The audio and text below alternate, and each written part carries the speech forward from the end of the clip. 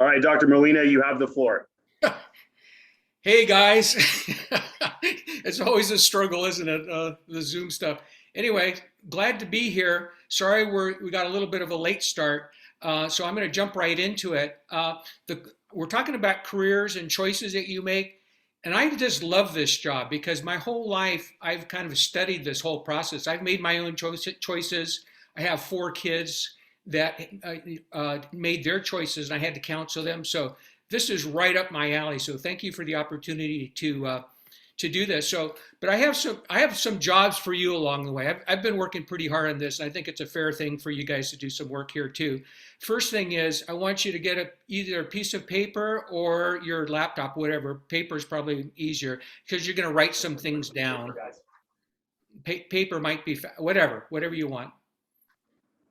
And the question is, the best, if you have a genie that comes out of the bottle and says, I'm going to give you the best, your dream job, no strings attached. You just tell me what it is. I'm going to give you your dream job. Write it down. What is your dream job? Anything goes, but you only get one choice, and you can you decide not you want to know. You don't have to do it, but you get this one great opportunity to have your dream job. What would it be? Okay, so there'll be some other jobs for you here along the way, but that's a good start. I'm going to keep going here. So, as I said, I'm really excited about this whole job here, and so um, it's a good fit for me. So, probably what you guys are seniors, correct? Yes, seniors. Or yeah. So, if you're a senior, raise your hand. We're all seniors. We're all seniors here. Got it. Okay. So probably what you're thinking about right now is what school are you going to go to, what college you're going to go to. And so write down, best as you can tell, what that school is going to be. Your first, let's put it your first choice, your dream school, number one on the list. And then put what is your major, as far as you know, as best you can guess. Your dream school, your dream major.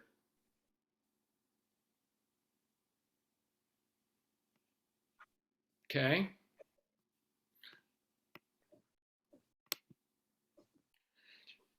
So keep writing and I'll keep talking. So 50 years ago, I was sitting in that exact same chair that you guys are sitting in. And they probably haven't updated. So you might find my initial on one of these desks here. But things were a lot different 50 years ago. And I was a second of six children. There were large families. Back in the day, six was kind of average. And we had classmates that had 10, 11, 12 kids in their family. This was the baby boom.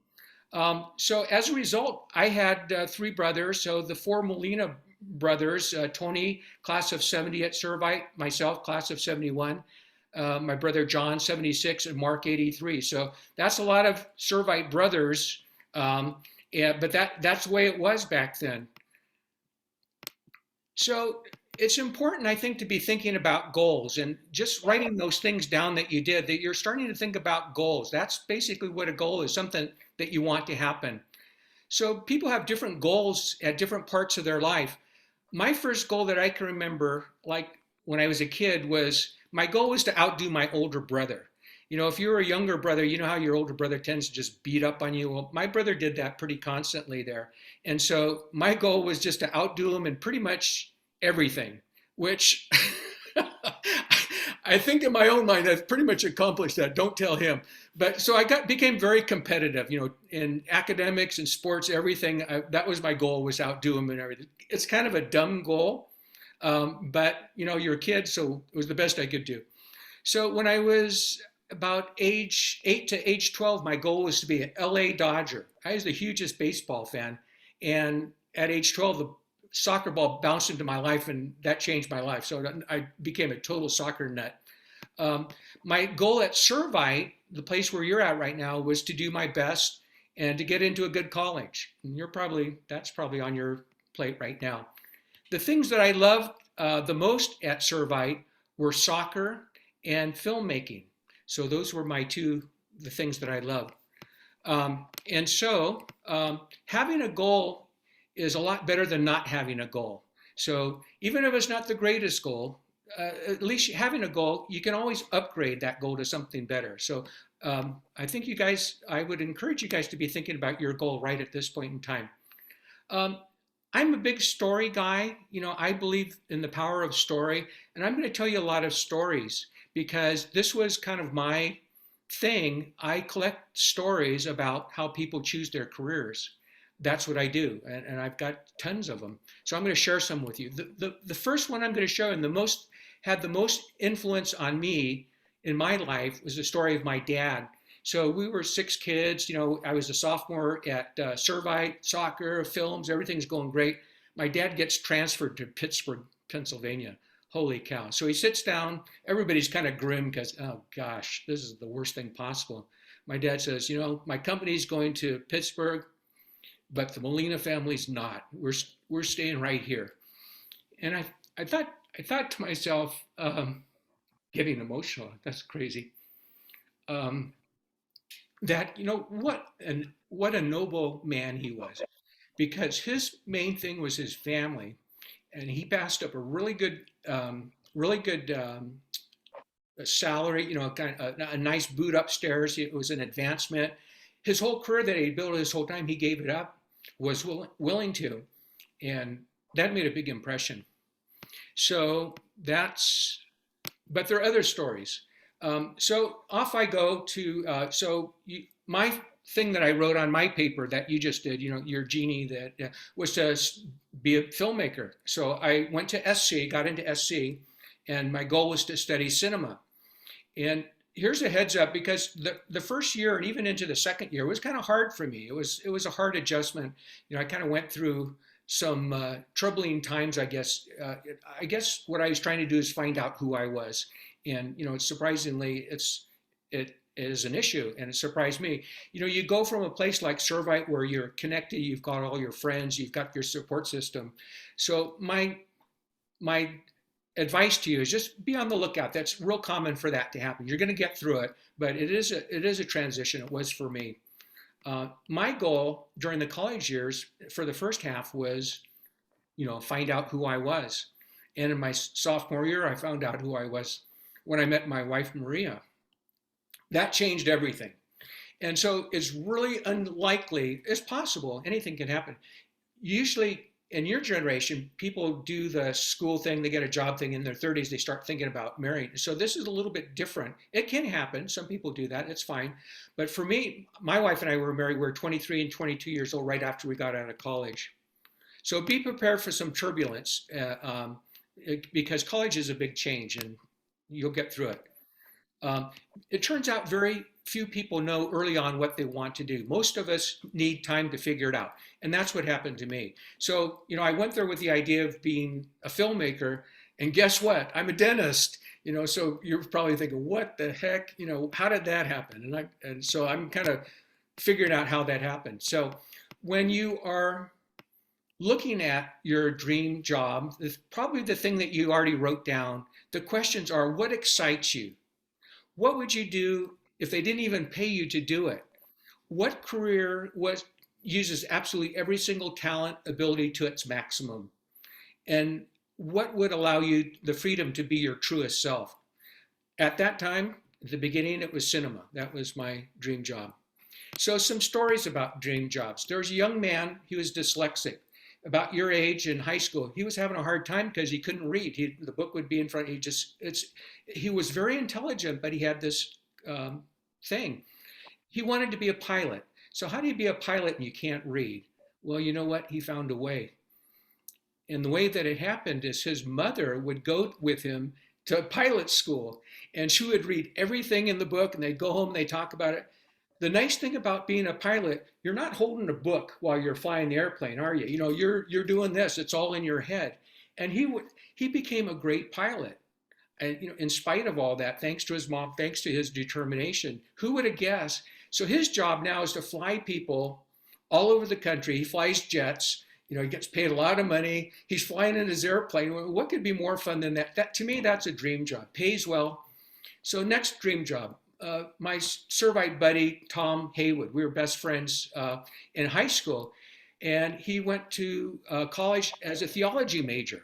Well, that's a lot. That's big bucks, isn't it? So, but you know what?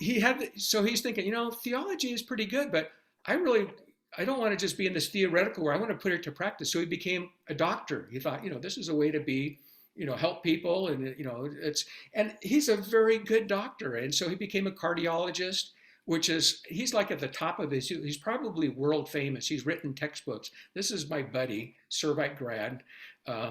And so he's like this world famous cardiologist. He loves his job. He works hard, saves lives, compassionate.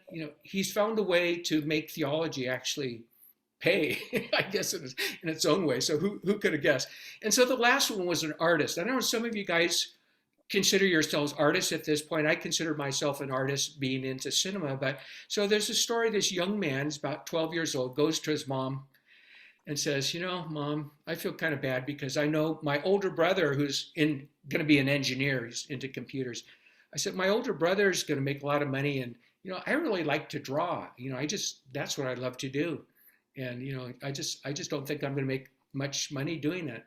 So his mom, wise woman, says to him, look, you can do one of two things. You can take a job that you don't really care for all that much, make a lot of money, and on your vacation, 2 years out of the year, you can go to a conference and draw or, take an art vacation.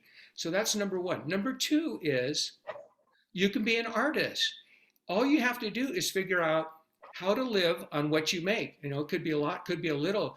If you love art, just all you have to do is make that choice. And so he said, oh, that's good advice, Mom. And it turned out to be very good advice because he makes his living as an artist. And he makes more money than his older brother does. And I'll tell you why here in a bit here. But anyway, the common denominator of these, quote, dream jobs is number one, they're fun. And number two, they pay well. So if you've got a dream job that is fun and pays well, go for it. Do what you give it a whirl. What about the jobs that are fun but don't pay well? That's the next thing. So here's some more stories, true stories, friends that I know. So my other best buddy, Paul, was on the soccer team. Are there any soccer players in the room here? Can't see the whole room, but let's see. Anybody? Raise a hand if you're a soccer player. Don't see any. Oh well. But anyway, so my friend was not even one. Bad luck. Oh, I know. Oh well. So Paul was played at UCLA, goalkeeper, and when he graduated, he told his dad said, "Well, what are you going to do next year?" And Paul says, "Well, I'm going to go out for the pro league. What do you call it? MLS." Yeah. So this is 50 years ago, and his dad just was astonished. He said, "Are you kidding me, Paul? That is the dumbest thing you could possibly do. Number one, soccer. Nobody lives on. There was no future in soccer, is what he thought. You're going to get paid poorly. You're not going to make all this stuff going through a dad's head. It was basically pretty discouraging. But it was probably true. And so Paul said, "Okay, yeah, you're right." So Paul went to engineering school, got a great job, had a great career, actually worked with his dad in manufacturing for many years. He did fine. But here's the kicker. So 25 years after this discussion, Paul's son, Andres, comes up to him and says, "Dad, I think I'm going to go on the world surfing tour." And so what the world surfing tour is, there's some... the really best surfers, they go like for a year, they go around the globe and they surf in South America, Australia, Indonesia, Africa, the whole world. They just go round and around. And so Paul, now the shoe's on the other foot. Now he's a dad. And so he tells his son, Andres, "Are you kidding me? That's kind of the dumbest thing and he was thinking, there's probably only two people in the world that surf and make good money on it. Everybody else doesn't. And I can tell you, Andres was not one of the two people that was going to make a good living on it. But Andres had a different answer to his dad. And Andres said, "Well, fine, but I'm going." And so that's what he did. So Andres goes on for 4 years. He surfs, surfs to his heart content, has these great experiences like that. After 4 years, he pretty much had enough, and he comes back to his dad with his tail behind his legs and said, "Yeah, you were right. I'm It was good, but I'm way behind. And so, but he went to college, got into bank. He's doing fine. And now at age 35, now he's got a wife and kids and everything, he's thinking back on this as maybe that wasn't so bad. Maybe I had that chance to do that and I took it. It was a lot of fun. But he found out you can't make a living on it, and then you have to kind of adjust to that fact. So, but he did it. So, and then another example of that is my son Danny. He's just an amazing guitarist, drummer, bassist, and he loves music, and he wanted to be a punk rock star. And I'm thinking to myself, how many people do that? But I didn't tell him no, and he says, yeah, I know, not an awful lot of people make money doing punk rock star, but I'm going to ride that pony as far as it'll take it, meaning he's going to give it a go, give it a whirl. And so he did.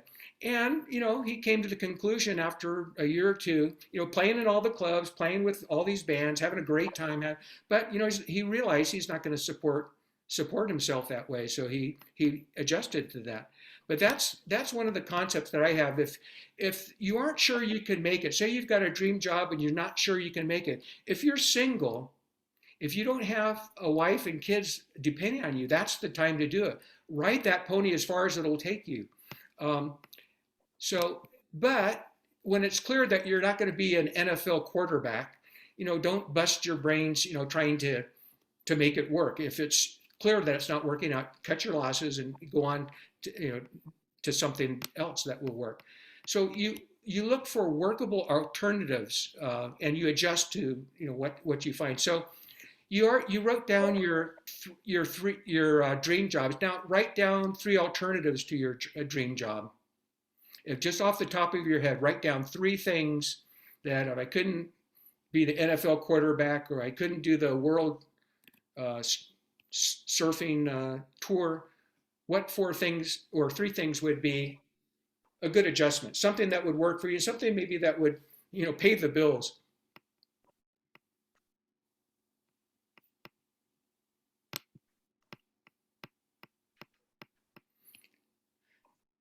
So keep writing if you're writing. That's the most important thing. But while that, I'm going to tell you another story, and it's a coal miner's job. So Father Motzko, who was the principal during our time, he passed away this last year. God bless him. His dad was a Pennsylvania coal miner.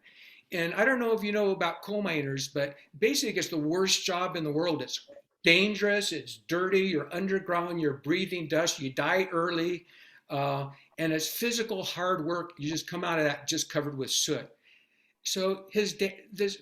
Motzko had 12 kids, and Charlie, our principal, was the 11th of 12 kids. And so Mr. Motzko basically had a great purpose, and that was, it wasn't mining coal, but it was getting these kids that had very few, the only option they had was to be in the coal mines too. But he made sure that his son, Charlie at least, got not only a high school education, but a college education, went to the seminary, became a Servite, got a master's degree, was a principal, had a great career. But that's sacrifice, and that's what his purpose was, his dad. And so that made an impression on me too. The fact that maybe it's not your success, but maybe it's your next generation. So the fact that you guys are at Servite, you've got parents that are basically, kind of the coal miners, kind of getting you onto hopefully, success. So, but there's another guy that was pretty interesting story that I had, and it was a guy that was a fisherman. And I would see him in my dental practice. What he would do is he would fish the Alaskan Gulf.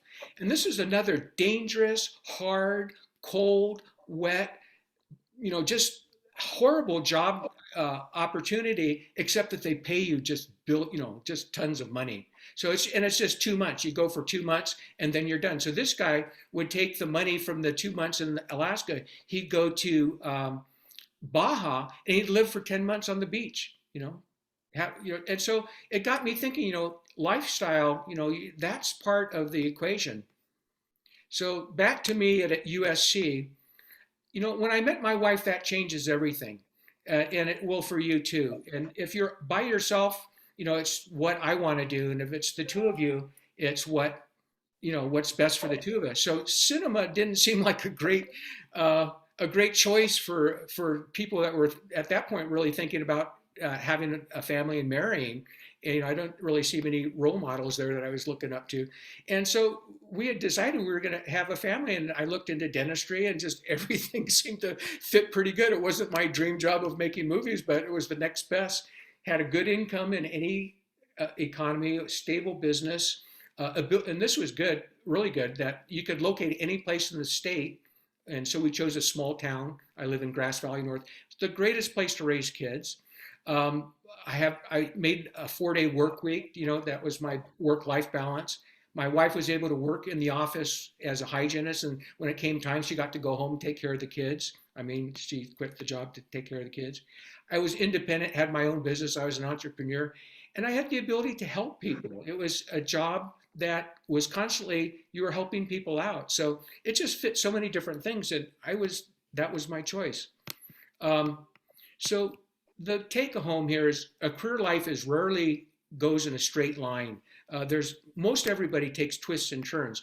The thing that you wrote down as your dream job, some of them you will get it, some of them you will have to work to get it. Some of you have to stay single for it to happen, and then get married. But that start with that. So here's my flow chart here. Look for the dream job that you have written in front of it, and then research it. Learn everything you can about it. Look it up on the internet. Talk to people that do it. Get some real life stories of people that do that. Next, ask yourself, are you willing to pay the price?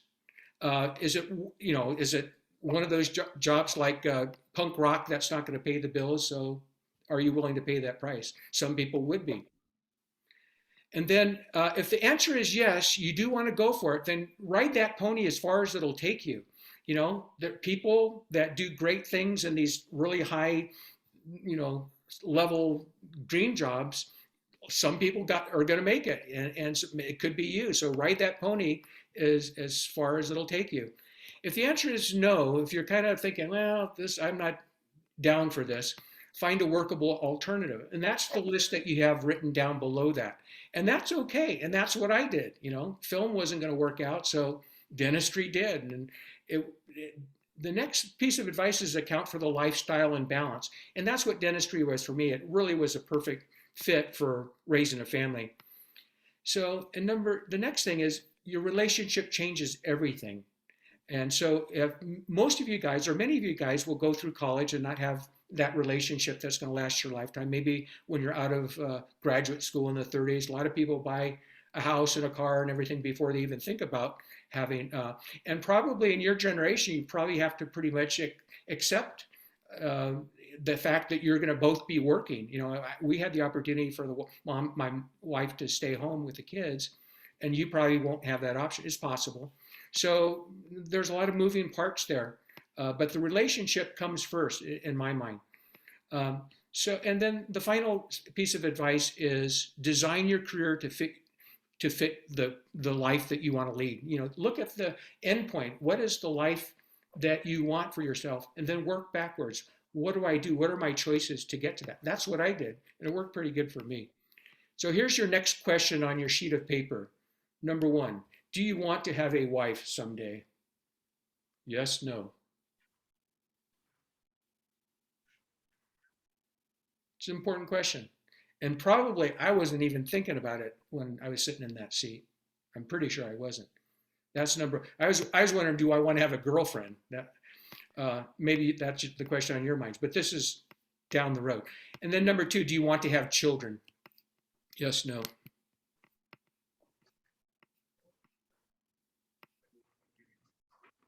Okay, and here's the big essay question. And so just write some bullet points on this, but this is something that, this is kind of a life question. It says, on your deathbed, imagine thinking back of your whole life.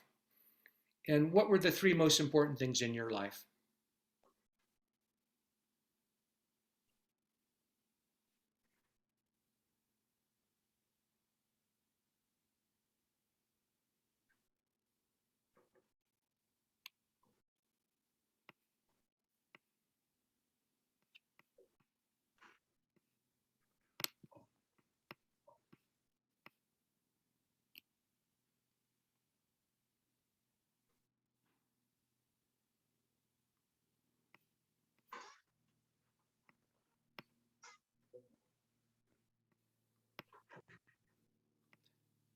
Okay, so keep that's probably more important than what I'm saying. But so finish that off. But I'm going to start up again. And so I found my purpose, and it was my wedding, my family. We raised four children: Anna, Gabriel, Adrian, Danny. We lived our Catholic faith in our marriage, and we loved each other. And that was job one. Dentistry was a great career. I loved it, and it let me do. But it was kind of secondary to that for me. Not everybody's like that. Not everybody's going to have a family. Um, Not everybody's gonna marry. But when I die and I look back, I'm gonna feel very grateful, peace, knowing that I did what I was born to do. And being a father and a husband is the hardest job you could possibly imagine. It's way harder than dentistry, it's way harder than filmmaking, but it brought out the best in me. So I'm very, very grateful. There's this whole thing about, can you have it all? And don't even worry about that. What you want to be able to do is be grateful for it all. Be grateful for the good times. Be grateful for the challenging times. Those are the times that you really grow. So you don't have to have it all. You just have to be grateful for it all. So it's all a gift. The life that has been given to you is a gift from God. And so the best thing you can do in gratitude is to give it back to Him in a way that is beautiful. So these are big questions, and I've got some extra credit here, and actually I've got a homework assignment, and so I'm not being real light on you guys. The homework assignment is this, but you're going to like it. Talk to your dad, talk to your mom, talk to your aunts and uncles, talk to your best friend's dad. Ask them their story. How did they find their career? Because this is part of the research thing. The more stories that you hear, you're going to learn an awful lot of stuff. You're going to learn the good things, you're going to learn the bad things, the gray things, the black and white things. It's part of your education. And my challenge to you, your homework tonight or the next night, talk to your dad, your mom, some adult, and ask them that question. How did you find your career? What went on? Here's another homework, extra credit. This is not homework. Find a mentor. A mentor is a person that has been there and is willing to share that. And I saw a video that explained exactly how to do it. And I did it. I did it without even knowing how to do it. So the advice to find a mentor is, you find somebody that, is in the field that you're interested in. You call them up. You can cold call them. And you say, look, my name is Joe. I'm Servite Senior. I really want to be a filmmaker, and I'm just wondering if you have any career advice. And it goes one way or the other. It's either yes or no. And then if it's a positive, if there's a conversation, you call them back 6 months later. Hey, you remember me? I'm Joe. We had this really nice discussion. And if, the guy is not going to be going with it, you'll know. And then you just find somebody else. And you just keep doing that till you find somebody that will be your mentor. And I tell you, there's plenty of people out there to do that. Tell you a great story, and that my mentor is my Servite English teacher, Mr. Watson. Turns 80 years old next week, and we've stayed in contact. He was the one that taught me filmmaking. He was the one that really taught me to write and a love of literature. I get on the phone with him once a month, and we talk for about an hour. And I think it means as much to him as it does to me. So find your mentor. Start the search. You're not necessarily going to find it, but ask people, older people that have what you're looking to do, people that you admire. Can be aunt, uncle, anybody. But this is part of the research thing. Very important. Pray to the Holy Spirit for guidance to find your spouse. That's a big one.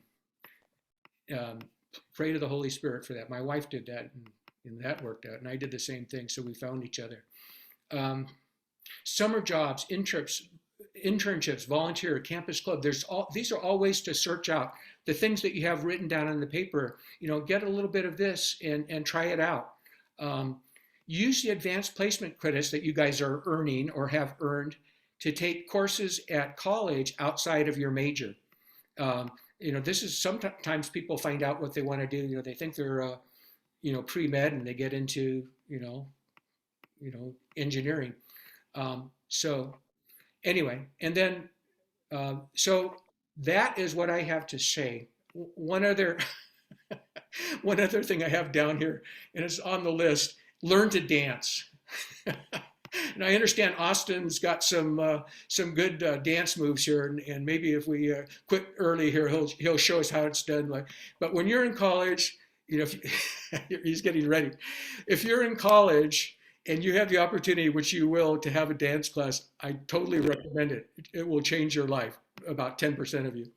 So that's it. Any questions? All right, gentlemen, Dr. Molina, we've got about 5 minutes left. Time for Q&A to ask absolutely anything.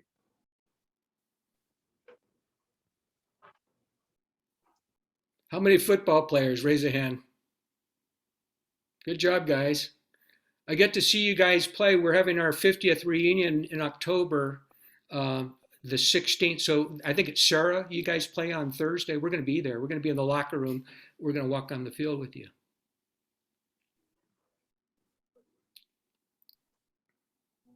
So how about those bust some dance moves there, Austin? I heard you're legendary. Who told you that by chance? It was I'm on curious. it was on Instagram, so it must be true. Oh, good. Oh, goodness. On the school one? It was Forever a Friar. That's how I got onto it. It had a nice thing about you getting a job at Servite and welcome Austin, and it was a nice thing. They were. Oh, yes. It was my faculty intro. Yes. That's what. Okay. Well, yeah, maybe when I see you in a couple weeks, I'll show you guys how it's done. Okay. What kind of dancing? Well, my wife's parents are very prolific ballroom dancers, so I've learned a little bit from them. But I've also I kind of just have dabbled over the years. We actually had dance lessons as a part of the curriculum here when I was a student. Oh, cool. Yeah, we taught. Oh, here's the story. Here's the story. So, talking about mentoring, and so the kid that was the artist, and things skipping a generation, the coal miner story. Got some of that.